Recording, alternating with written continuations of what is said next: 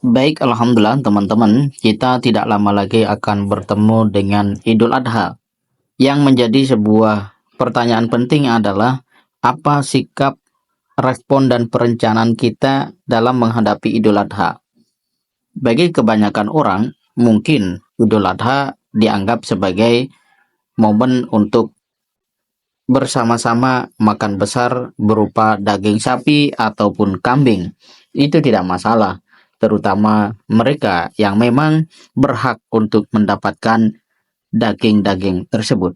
Namun, bagi kita, anak muda yang diharapkan dapat menjadi orang berjiwa besar, mampu menjadi solusi atas persoalan besar yang melanda negeri ini, saya kira cara seperti itu tidaklah cukup.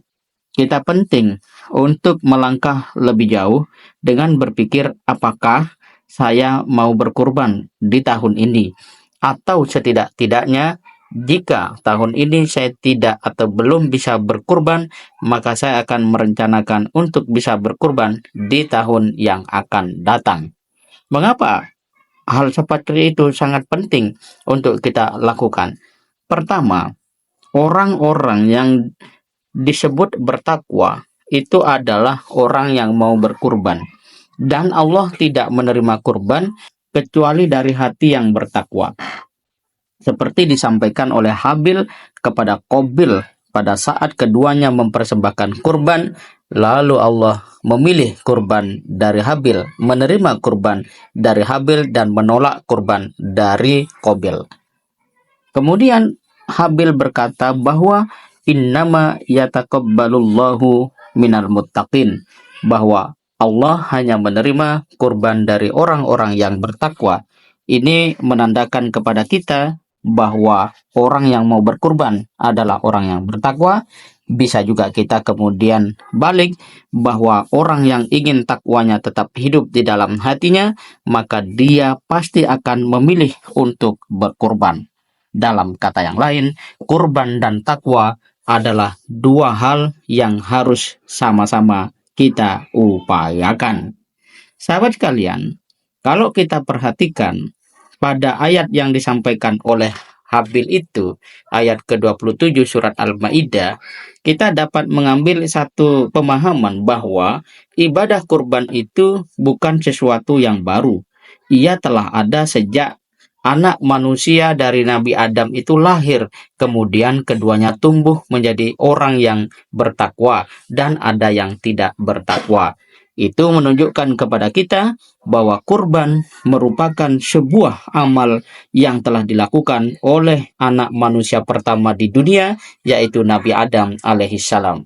Kita jadi ingat bahwa walladzina min qablikum la'allakum tattaqun, semua yang kita lakukan hari ini juga pernah dilakukan oleh orang-orang terdahulu agar kita menjadi bertakwa, menunjukkan bahwa inilah yang disebut dengan keberlanjutan pemeliharaan jiwa manusia untuk tetap dapat tumbuh dengan subur yang disebut dengan iman dan takwa itu sendiri.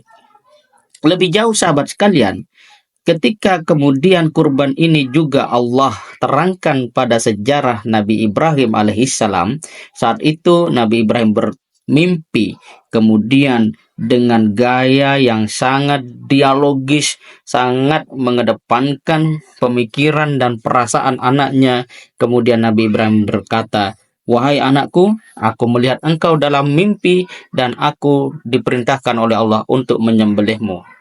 Apa pandanganmu terkait hal ini? Madza taro? Apa yang menjadi pikiranmu, pendapatmu?"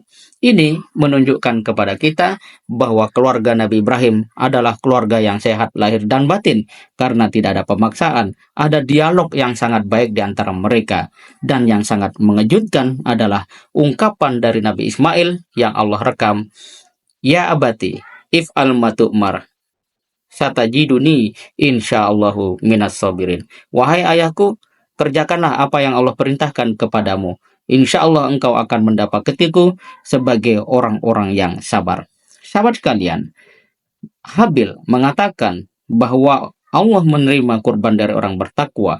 Kemudian Ismail mengatakan bahwa engkau akan mendapatiku insya Allah sebagai orang-orang sabar. Menunjukkan kepada kita bahwa orang-orang yang mau berkurban adalah orang-orang yang menepati hidupnya dengan takwa dan kesabaran. Oleh karena itu, mari kita niatkan dan mudah-mudahan tahun ini semua sahabat-sahabat dimudahkan oleh Allah untuk bisa berkurban. Setidak-tidaknya punya niat dan rencana untuk berkurban di tahun yang akan datang apabila di tahun ini belum benar-benar bisa untuk menunaikan kurban.